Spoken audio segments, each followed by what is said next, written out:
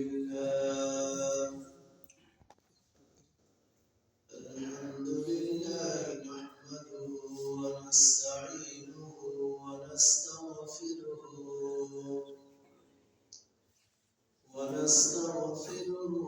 ونؤمن به ونتوكل عليه ونعوذ بالله من شرور أنفسنا ومن سيئات أعمالنا من يهده الله فلا مضل له ومن يضلله فلا هادي له ونشهد أن لا إله إلا الله وحده لا شريك له ونشهد أن محمدا عبده ورسوله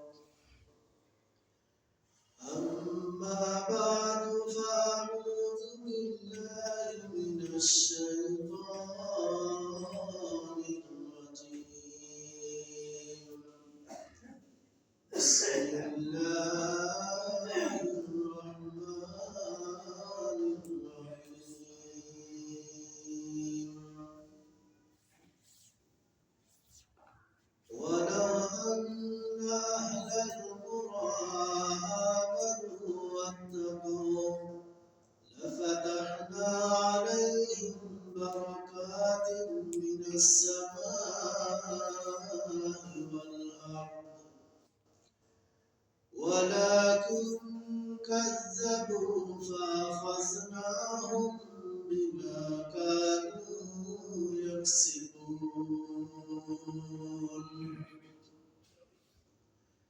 وقال رسول الله صلى الله عليه وسلم البركة مع أكابركم أو كما قال عليه الصلاة والسلام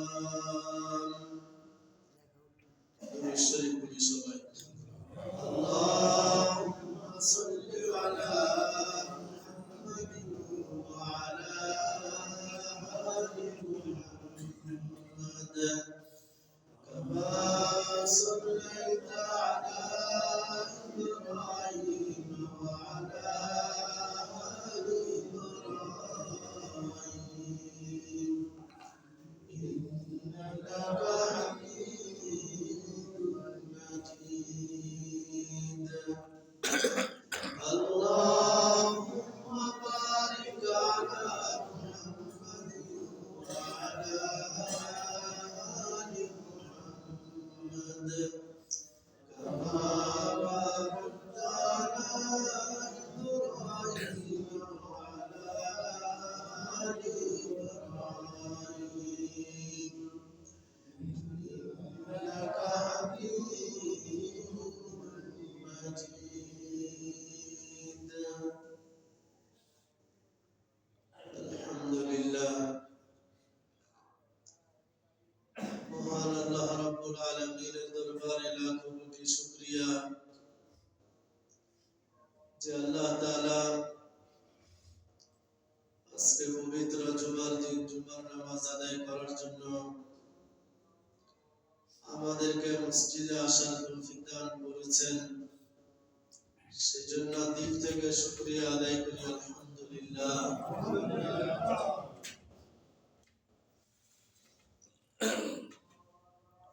আজকে রজব মাসের দ্বিতীয় জুমা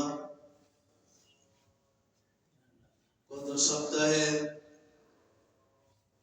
রজব মাসের গুরুত্ব এবং তাৎপর্য সম্পর্কে আলোচনা করা হয়েছিল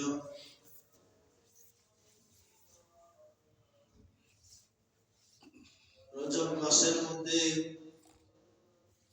রাসূলুল্লাহ সাল্লাল্লাহু আলাইহি ওয়াসাল্লাম যে আমল আমাদেরকে শিখিয়েছেন,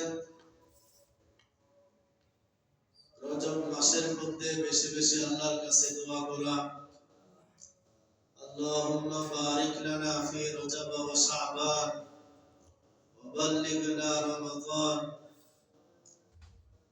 রজব মাসের বিশেষ আমল হইল এই দোয়া বেশি বেশি করে পড়া। যখন এই সময় সুযোগ হয়, নামাজের পরে হোক কিংবা নামাজের আগে হোক, সময় সুযোগ যখনই হয় তখন এই দোয়ার উপরে আমল করা। এই দোয়ার মধ্যে আল্লাহর হাবিব সাল্লাল্লাহু আলাইহি ওয়াসাল্লাম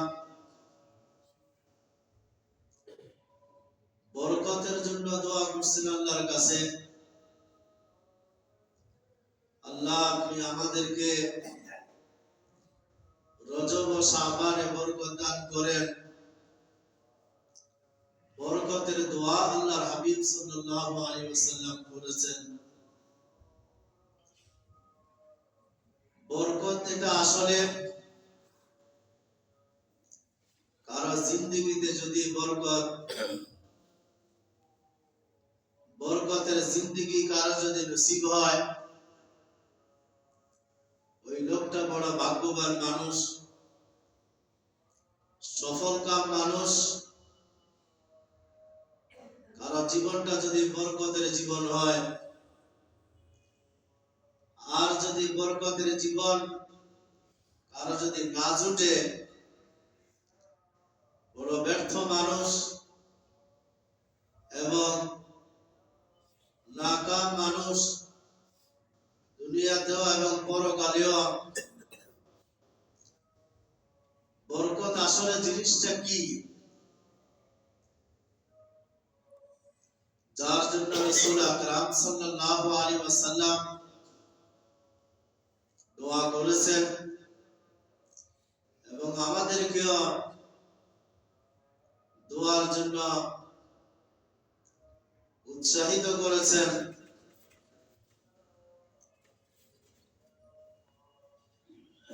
বরকত আসলে ওই জিনিসের নাম যেটা কারো জীবন অর্জন হইলে একটা মানুষের জীবনে যা জরুরত, একটা মানুষ দুনিয়াতে চলতে তার যা কিছু প্রয়োজন হয়, যখন যেটা মানুষের প্রয়োজন হয়, সেই প্রয়োজনটা সহজেই সমাধান করতে পারা, এটার নাম হলো বরকত। যখন যেটা মানুষের প্রয়োজন হয়, নিজের প্রয়োজনকে সহজে মিটাইতে পারা, নিজের জরুরত সহজেই পুরা করতে পারা, এটার নাম হলো বরকত।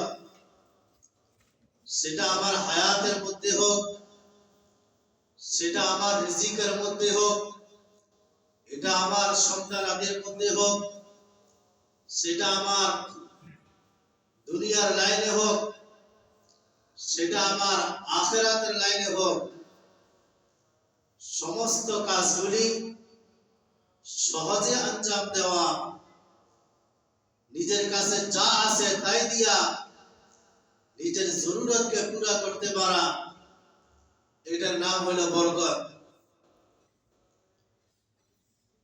দুইটা উদাহরণ দিলে বিষয়টা আমাদের কাছে একটু স্পষ্ট হবে।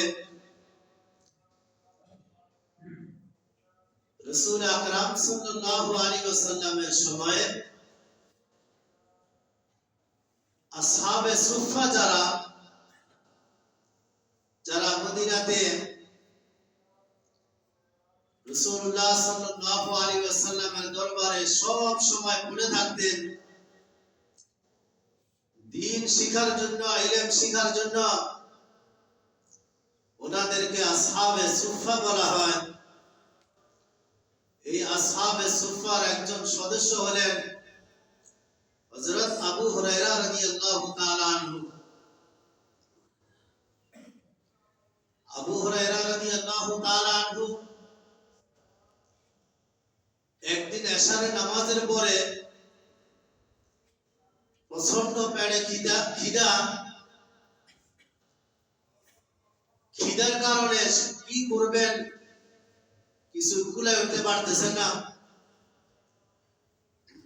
পরে শেষমেশ আবু হুরায়রা রাদিয়াল্লাহু তাআলা আনহু চিন্তা করলেন, এশারের নামাজে তো প্রায় সাহাবায়ে কেরাম মসজিদে নামাজ পড়ে আবু হুরায়রা রাদিয়াল্লাহু তাআলা আনহু মসজিদ থেকে বের হলেন। বের হইয়া রাস্তায় দাঁড়াইলেন। মনে মনে চিন্তা হইল, রাস্তা দিয়ে যাওয়ার সময় কোন সাহাবী যদি খাবারের কথা জিজ্ঞাসা করে তাহলে হয়তোবা তাকে আমার জরুরতের কথা বলবো, উনি আমার খাবারের ব্যবস্থা করবেন। সেজন্য আবু হুরায়রা রাদিয়াল্লাহু তাআলা আনহু রাস্তায় দাঁড়াইলেন। রাস্তায় যখন দাঁড়াইছেন, মসজিদ থেকে বের হইয়া হযরত আবু বকর রাদিয়াল্লাহু তাআলা আনহু তিনি রাস্তা দিয়ে যাইতেছেন। রাস্তার পাশে আবু হুরায়রা রাদিয়াল্লাহু তাআলা আনহু দাঁড়িয়ে আছেন। সালাম দিছেন, উত্তর দিছেন, সালাম কালাম হইল, কিন্তু আবু হুরায়রা রাদিয়াল্লাহু তাআলা আনহু নিজের যে খাবারের জরুরত সেটা উনিও জিজ্ঞাসা করেন নাই, আবু হুরায়রা রাদিয়াল্লাহু তাআলা আনহু নিজের থেকে বলেন নাই। আবু বকর রাদিয়াল্লাহু তাআলা আনহু চলে গেলেন। তার পিছনে হযরত ওমর রাদিয়াল্লাহু তাআলা আনহু আসলেন। ওমর রাদিয়াল্লাহু তাআলা আনহু এসে দুজনে সালাম কালাম হইল, কিন্তু ওমর রাদিয়াল্লাহু তাআলা আনহু কোনো খাবারের কোনো কথা জিজ্ঞাসা করলেন না। আবু হুরায়রা রাদিয়াল্লাহু তাআলা আনহু নিজের থেকে খাবারের কথা বলেন নাই। সর্বশেষ রাসূল আকরাম সাল্লাল্লাহু আলাইহি ওয়াসাল্লাম মসজিদ থেকে বের হলেন। বের হয়ে যাওয়ার সময় আবু হুরায়রা রাদিয়াল্লাহু তাআলা আনহুর সামনে রাসূল আকরাম সাল্লাল্লাহু আলাইহি ওয়াসাল্লাম আবু হুরায়রা রাদিয়াল্লাহু তাআলা আনহুর অবস্থা দেখে বুঝতে পারলেন কেন এখানে দাঁড়াইছে আবু হুরায়রা। রাসূল আকরাম সাল্লাল্লাহু আলাইহি ওয়াসাল্লাম আবু হুরায়রা রাদিয়াল্লাহু তাআলা আনহুকে বললেন, আবু হুরায়রা, কি ব্যাপার, তোমার চেহারা সুরত এমন হচ্ছে তোমার পেটে বড় খিদার কারণে মনে হয় এই রাতে রাস্তার পাশে দাঁড়িয়ে আছো। আবু হুরায়রা রাদিয়াল্লাহু তাআলা আনহু তখন বললেন, হ্যাঁ ইয়া রাসূলুল্লাহ, পেটের খিদার জ্বালায় নামাজ পড়ে এখানে দাঁড়িয়েছি। কেউ যদি জিজ্ঞাসা করে খাবারের কথা তাহলে বলবো আমার খাবারের প্রয়োজন, কিন্তু আমার পাশে দিয়া দুইজন সাহাবী চলে গেছেন, কেউ জিজ্ঞাসা করলেন না। আমার বড় খিদা পেটে ইয়া রাসূলুল্লাহ। এই কথা বলার পরে হুজুর সাল্লাল্লাহু আলাইহি ওয়াসাল্লাম আবু হুরায়রাকে বললেন, আবু হুরায়রা, চলো তুমি আমার সাথে আমার ঘরে চলো। রাসূল আকরাম সাল্লাল্লাহু আলাইহি ওয়াসাল্লাম সাথে নিয়ে গেলেন। এরপরে ঘরে যাওয়ার পরে ঘরের ভিতরে জিজ্ঞাসা করলেন নিজের পরিবারকে যে ঘরে কোনো খাবারের ব্যবস্থা আছে কিনা। ঘর থেকে উত্তর আসলো, ইয়া রাসূলুল্লাহ, ঘরে তেমন কোনো খাবারের ব্যবস্থা নাই, শুধুমাত্র এক পেয়ালা দুধ ঘরের ভিতরে আছে, এছাড়া আর খাবারের কোনো ব্যবস্থা নাই। হুজুর সাল্লাল্লাহু আলাইহি ওয়াসাল্লাম আবু হুরায়রাকে বললেন, আবু হুরায়রা, তুমি তো আসছো, তবে মসজিদে নববীতে তুমি ছাড়াও আরো অনেক সদস্য আসহাবে সুফার প্রায় 70 জন সদস্য আছে।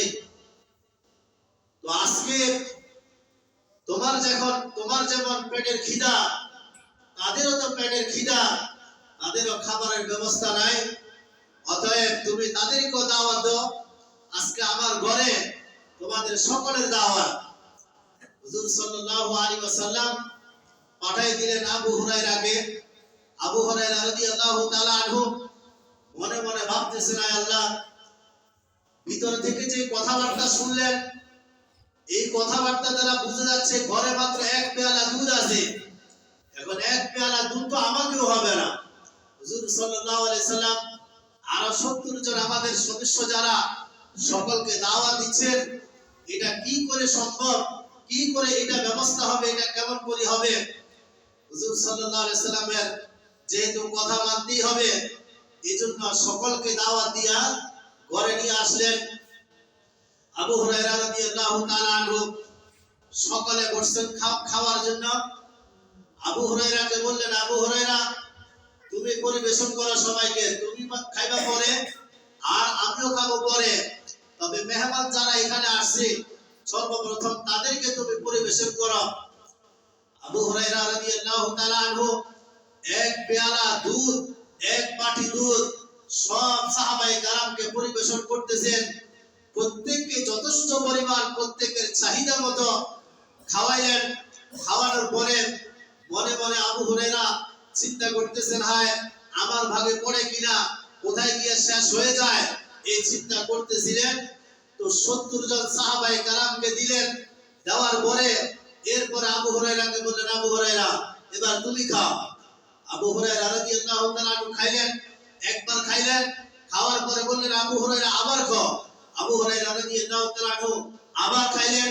তারপরে বললেন, আবার খাও। আবু হুরায়রা রাদিয়াল্লাহু তাআলা বললেন, ইয়া রাসূলুল্লাহ, আর খাওয়ার মতো চাহিদা নাই, পরিতৃপ্ত হয়ে গেছি। এরপরে হুজুর সাল্লাল্লাহু আলাইহি সাল্লাম বললেন, আবু হুরায়রা, এবার আমার হাতে দাও, আমি খাই। এবার হুজুর সাল্লাল্লাহু আলাইহি ওয়াসাল্লাম খাইলেন। খাওয়ানোর পরে তারপরে আবু হুরায়রা রাদিয়াল্লাহু তাআলা আপনার এই পাতিল, আপনার ঢাকনা খুলে দেখে যেই পরিমাণ প্রথমে ছিল সেই পরিমাণ 70-72 জন লোককে খাওয়ানোর পরে এখনো সেই পরিমাণে আছে। এটা ছিল খাবারের ভিতরে বরকত। অল্প খাবারে বহু লোক দ্বারায় আপনার জরুরত পুরা হয়ে গেছে। জরুরত পুরা হওয়া দরকার। জিনিস বেশি, তবে মানুষের চাহিদা মিটে না, এটার ভিতরে বরকত নয়। অল্প জিনিস যদিও হয়, কিন্তু মানুষের চাহিদা জরুরত যদি পুরা হয়, তাহলে এটাই হলো বরকত। কারো সন্তান হলো একজন সন্তান, মাশাআল্লাহ, এক সন্তানেই মা বাবাকে রাজকীয় অবস্থা রাখছে। আর কারো সন্তান 10 জন, কিন্তু 10 জন ছেলে মিলেও মা বাবাকে সন্তুষ্ট করতে পারতেছে। একজনেই তার মা বাবাকে, এক সন্তানে মা বাবাকে আপনার আনন্দে আর সুখে শান্তির মধ্যে রাখছে। আর 10 জন ছেলে মিলেও একজন মা বাবা আর 2 জন মা বাবাকে সুখে শান্তিতে রাখতে পারতেছে না। কত ঝাই ঝামেলা, আপনার খাবার নিয়ে ঠেলাঠেলি, কার ঘরে খাবে, কে খাওয়াবে না খাওয়াবে, এই নিয়ে আপনার ছেলে কি আপনার ধাক্কা দেয়। তো আল্লাহ তাআলা রিজিকের মধ্যে একটা বরকত রাখছেন।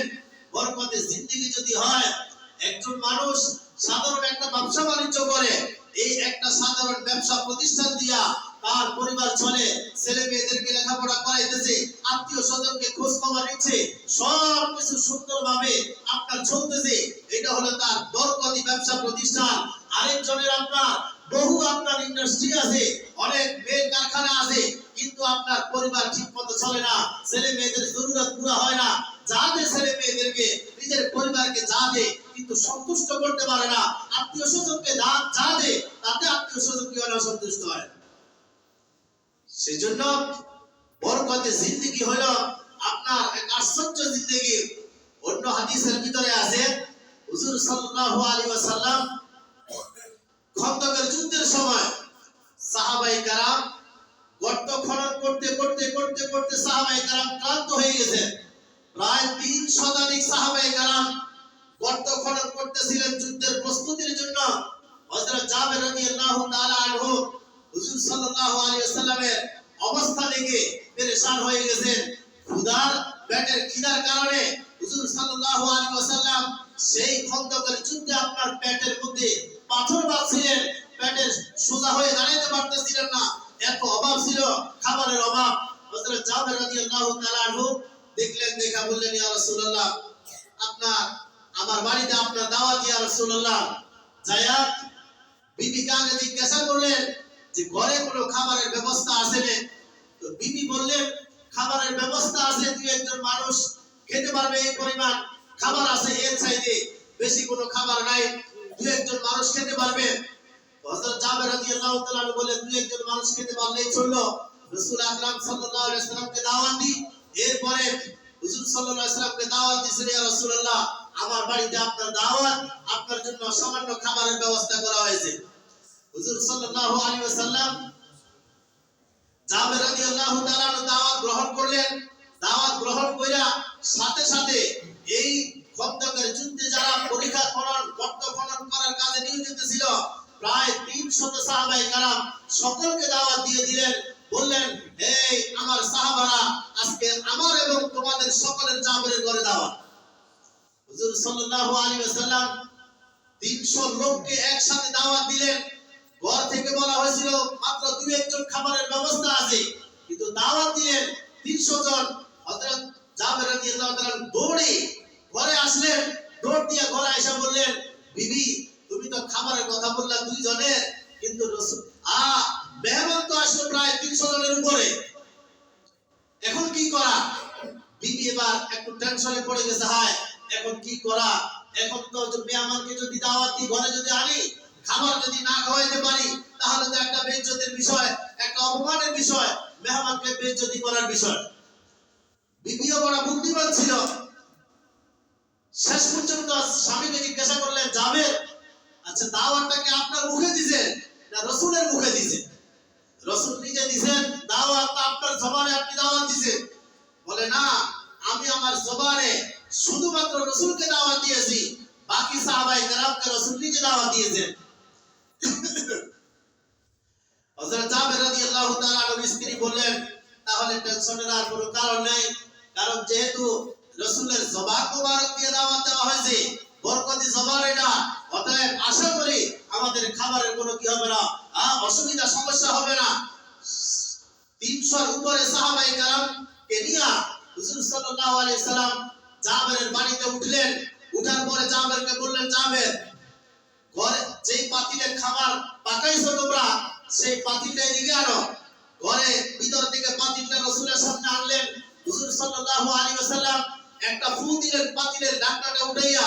এরপরে জাবেরকে বললেন, ও জাবের, এই পাতিল থেকে খাবার দিবা, তবে ঢাকনাটা উঠাইবা না। তুমি পাতিল থেকে খানা পরিবেশন করো, ঢাকনা উঠাইবা না।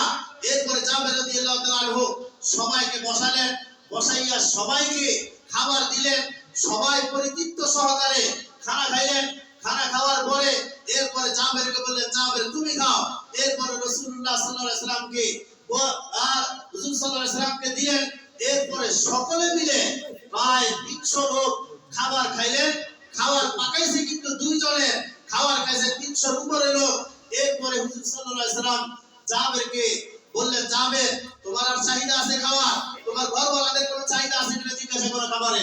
সবাই যখন খাইলো, জাবের রাদিয়াল্লাহু তাআলা আনহুর মনে চিন্তা হইলো, কি রে, দুইজনে খাবার পাকাইলো, এতজন মানুষে খাবার খাইলো, অভাব তো দেখতেছি না, ক্লান্ত করতেছে না খাবারে, এখন খাবার আর কি পরিমাণ আছে পাতিলে একটু দেখাইলো। হযরত জাবের রাদিয়াল্লাহু তাআলা আনহু ঢাকনাটা উঠাইলেন।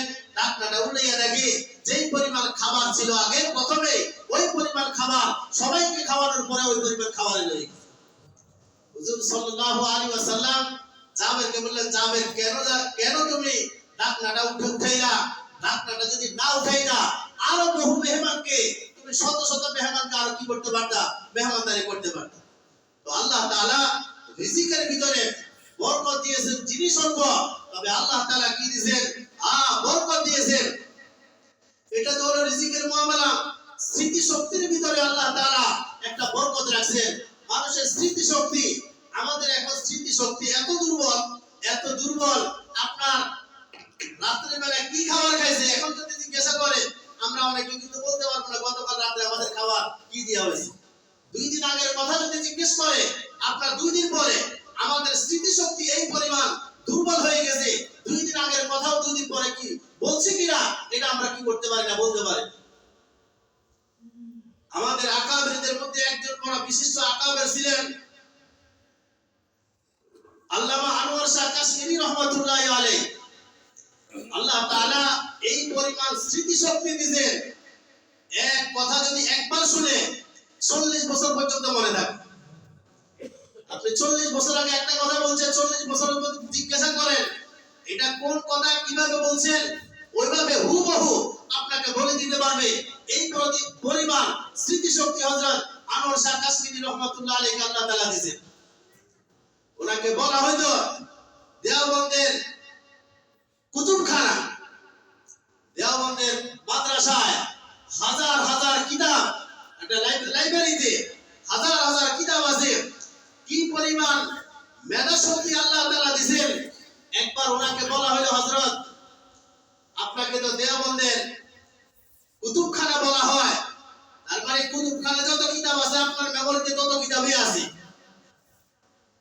ওনাকে বলা হলো হযরত যদি দেওবন্দের কুতুবখানা আল্লাহ না করে কখনো আগুনে পুড়ে ছারখার হয়ে যায়, পুরা কুতুবখানা জ্বলে গেছে, যদি আপনাকে বলা হয় সব কিতাব যেভাবে ছিল সেভাবে আপনি লিখতে পারবেন? আনোয়ার শাহ কাশমিরি রহমাতুল্লাহ আলাইহি বলেন যদি দেওবন্দের কুতুবখানা যদি জ্বলে যায়, একদম সব কিতাব জ্বলে পুড়ে শেষ হয়ে যায়, আমাকে যদি বলা হয় নতুন করে সব কিতাবকে আবার লেখার জন্য, আমি আনোয়ার শাহ কাশমিরি রহমাতুল্লাহ, আমি আনোয়ার শাহ কাশমিরি হুবহু যে কিতাব যেভাবে ছিল সেভাবে আমি লিখে দিতে পারবো। এক কিতাব দুই কিতাব নয়, হাজার হাজার কিতাব। এই পরিমাণ মেধা শক্তি আল্লাহ তাআলা কি করছেন দিয়েছেন। একবার আপনার দারুল উলুম দেওবন্দে এক বাতিল আহলে বাতিলের সাথে কোনো একটা বিষয়ে তুমুল ঝগড়া চলছে, হক আর বাতিলের দ্বন্দ্ব। এক পর্যায়ে বাতিলপন্থী যারা তারা তাদের বিষয়টাকে দলিল আর প্রমাণের মাধ্যমে তারা সাব্যস্ত করে ফেলছে। এখন আহলে হক যারা তারা সকলে পেরেশান হয়ে গেছে, ইন্না লিল্লাহ, আজকে তো আমাদের পরাজয় বরণ করতে হবে, কারণ ওরা তো কিতাব থেকে দলিল সহ তারা প্রমাণ দিচ্ছে। আমরা যদি দলিল যদি প্রমাণ যদি না দিতে পারি তাহলে তো আজকে আমরা বাতিলদের কাছে আমরা হার মেনে গেলাম। কিন্তু হক পন্থীদের কথা হলো উনি যেই রেফারেন্সটা দিচ্ছে, এই রেফারেন্স এটা ওনার একটু সন্দেহ লাগতেছে। আহলে হক যারা তাদের কাছে সকলে মিলে বলল আচ্ছা ঠিক আছে, একটা কাজ করা যায়, আনোয়ার শাহ কাশমিরি রহমাতুল্লাহ আলাইহিকে বিষয়টা জানানো হোক। আনোয়ার শাহ কাশমিরি রহমাতুল্লাহ আলাইহিকে বিষয়টা জানানো হয়েছে। জানানোর পরে তখন আনোয়ার শাহ কাশমিরি রহমাতুল্লাহ আলাইহি সেই আপনার বিবাদ, সেই ঝগড়া মীমাংসা করার জন্য আসছেন। আসার পরে তাদেরকে বললেন আচ্ছা ঠিক আছে, তোমরা তোমাদের প্রমাণটা পেশ করো, তোমরা তোমাদের দাবির পক্ষে যে প্রমাণ সেটা পেশ করো। এবার তারা তাদের দাবির পক্ষে প্রমাণটা পেশ করছে। পেশ করার পরে এবার আনোয়ার শাহ কাশমিরি রহমাতুল্লাহ আলাইহি বললেন তোমরা এই যে কিতাব এখানে আনছো, যে কিতাব পড়ছো, এই কিতাবের আসল যেটা সেটা বাইর করো, এই কিতাবের আসলটা বাইর করো। এরপরে আসলটা বাইর করছেন। বাইর করার পরে আনোয়ার শাহ কাশমিরি রহমাতুল্লাহ আলাইহি বললেন তোমরা যেই উদ্ধৃতি যেই প্রমাণ তোমরা দিছো এই জায়গাতে সমস্যা, এখানে দুই এক লাইন ছাড়ি, তারপরে তোমরা কি করছো, তোমরা তোমাদের প্রমাণটা পেশ করছো। তোমাদের প্রমাণের ভিতরে বহু লেখা বাদ পড়ে গেছে, দেখো মূল কিতাবের ভিতরে কথাগুলি এভাবে আছে। আনোয়ার শাহ কাশমিরি রহমাতুল্লাহ আলাইহি বলেন এই মূল কিতাব আমি আজ থেকে 40 বছর আগে পড়ছি, যে মূল কিতাব যেটা আজকে তোমরা এটাকে গোপনে রাখছো, এই কথাটা যে তোমরা যেটা প্রমাণ দিছো এই কথাটা মূল কিতাবের ভিতরে এভাবে আছে, তোমরা যেভাবে বলছো সেভাবে নয়। শেষ পর্যন্ত বাতিল পন্থীরা সেখান থেকে আপনার পরাজয় মেনে সেখান থেকে আপনার যাইতে বাধ্য হয়েছে। এই পরিমাণ স্মৃতি শক্তি আল্লাহ তাআলা আনোয়ার শাহ কাশমিরি রহমাতুল্লাহ আলাইহিকে দান করছেন। তো মুহতারাম হাজিরিন, বরকতের জিন্দেগি হলো এক আশ্চর্য ধরনের জিন্দেগি। এখন বরকতটা আসবে কিভাবে আমাদের ভিতরে? এই জন্য বরকত আসার বহু পদ্ধতি আছে। এর মধ্যে একটা পদ্ধতি হলো দোয়ার মাধ্যমে দোয়া করতে হয় আল্লাহর কাছে, আল্লাহ আপনি আমাকে বরকতের জিন্দেগি কি করেন, দান করেন। এভাবে দোয়ার মাধ্যমে বরকতের জিন্দেগি আল্লাহ থেকে চেয়ে নিতে হয়। হযরত আনাস রাদিয়াল্লাহু তাআলা আনহু রাসূলুল্লাহ সাল্লাল্লাহু আলাইহি ওয়াসাল্লামের 10 বছরের খাদেম ছিলেন। হযরত আনাস রাদিয়াল্লাহু তাআলা আনহু হুজুর সাল্লাল্লাহু আলাইহি ওয়াসাল্লাম হযরত আনাস রাদিয়াল্লাহু তাআলা আনহুর জন্য তিনটা দোয়া করছেন। এই দোয়ার বরকতে তিনটা দোয়া করছেন। একটা দোয়া হলো হযরত আনাস রাদিয়াল্লাহু তাআলা আনহুর রিজিকের জন্য দোয়া করছেন, আল্লাহ আনাসের রিজিকের মধ্যে বরকত দান করেন। দ্বিতীয় দোয়া করছেন, আল্লাহ আনাসের হায়াতের মধ্যে বরকত দান করেন। এরপরে তার সন্তানাদির মধ্যে আপনি বরকত দান করেন, রিজিকে বরকত দান করেন, হায়াতে বরকত দান করেন। এরপরে তার সম্পদের ভিতরে আপনি বরকত দান করেন, সন্তানাদির ভিতরে বরকত দান করেন। হযরত আনাস রাদিয়াল্লাহু তাআলা আনহু বলেন, এই দোয়া আমার জীবনে এমন ভাবে বরকত আল্লাহ তাআলা দিবেন, আমি আমার জীবন দশায় সন্তানাদির যে সংখ্যা, যে বরকত 140 জন পর্যন্ত আমি দেখে গেছি। আমার জীবন দশা আমার ছেলে মেয়ে নাই রাখুর 140 জন পর্যন্ত আমি দেখে গেছি। এই পরিমাণ সন্তানাদি আল্লাহ তাআলা হযরত আনাস রাদিয়াল্লাহু তাআলা কে দান করেছেন। তারপরে আনাস রাদিয়াল্লাহু তাআলা বলেন, আমার হায়াতের মধ্যে বরকত রাসূলের দোয়ার বদৌলতে আল্লাহ তাআলা 100 বছর, প্রায় 100 বছর পর্যন্ত আল্লাহ তাআলা আমাকে হায়াত দিয়েছেন। 3 নম্বর, আমার সম্পদের ভিতরে কি পরিমাণ আল্লাহ তাআলা বরকত দিয়েছেন। মানুষ কুড়াল দিয়ে মানুষ গাছ কাটে, লাকড়ি ছিঁড়ে। হযরত আনাস রাদিয়াল্লাহু তাআলা আনহু বলেন, আমি লাকড়ি কাটার আপনার কুড়াল দিয়া আমি স্বর্ণের ভার কাটতাম। স্বর্ণের ভার 1 ভরি 2 ভরি স্বর্ণ, এটা আপনার কুড়াল দিয়া কাটা যায় না। আপনার স্বর্ণের যদি এরকম বিশাল যদি আকার যদি না হয়, তাহলে স্বর্ণ কাটা যায় না কুড়াল দিয়া। এই পরিমাণ স্বর্ণ আল্লাহ তাআলা দিবেন। হযরত আনাস রাদিয়াল্লাহু তাআলা আনহুকে সম্পদ দিবেন, কুড়াল দিয়ে আপনার কি করতে হয়, স্বর্ণকে কাটতে হয়। এই পরিমাণ সম্পদ আল্লাহ তাআলা দান করেছেন। তো এটা হলো হযরত আনাস রাদিয়াল্লাহু তাআলা আনহুকে দোয়ার মাধ্যমে, রাসূলুল্লাহ সাল্লাল্লাহু আলাইহি ওয়াসাল্লামের দোয়ার মাধ্যমে আল্লাহ তাআলা বরকতি জীবন আল্লাহ তাআলা দান করেছেন। 2 নম্বর হলো বরকতি জীবন আসার জন্য, আমার জিন্দেগি যেন বরকতময় হয়, এর জন্য দ্বিতীয় আমল হলো তাকওয়া এবং পরহেজগারি। আল্লাহ তাআলার ভয় এবং ভীতি নিয়ে দুনিয়াতে যদি জীবন যাপন করতে পারি, আল্লাহ তাআলার ওয়াদা দুনিয়ার কোন মানুষের ওয়াদা নয়। আল্লাহ তাআলার ওয়াদা হলো, আল্লাহ তাআলা বলেন, ওয়ালাউ আন্না আহলাল কুরা আমানু ওয়াত্তাকাউ লাফাতাহনা আলাইহিম বারাকাতিন মিনাস সামাই ওয়াল আরদি ওয়ালাকিন কাযযাবু ফাআখাযনাহুম বিমা কানু ইয়াকসিবুন। কোন জনপদের লোক, কোন সম্প্রদায়ের লোক, কোন এলাকার মানুষ যদি তারা যদি সকলে ঈমানদার হয়, ওয়াত্তাকাউ এবং তারা যদি তাকওয়ার জীবন যাপন করে, মুত্তাকি যদি হয়, লাফাতাহনা আলাইহিম বারাকাতিন মিনাস সামাই ওয়াল আরদি, আসমান ও জমিনের বরকতের সমস্ত দুয়ার আমি আল্লাহ তাআলা তাদের জন্য খুলে দিব। এটা আল্লাহ তাআলার ওয়াদা। এইজন্য তাকওয়ার মাধ্যমে বরকতের জীবন নসিব হয়, দোয়ার মাধ্যমে বরকতের জীবন নসিব হয়। আল্লাহ তাআলা আমাদের সকলকে বরকতি জীবন যাপন করার তৌফিক দান করুন। ওয়া আখির দাওয়ানা আলহামদুলিল্লাহি রাব্বিল আলামিন।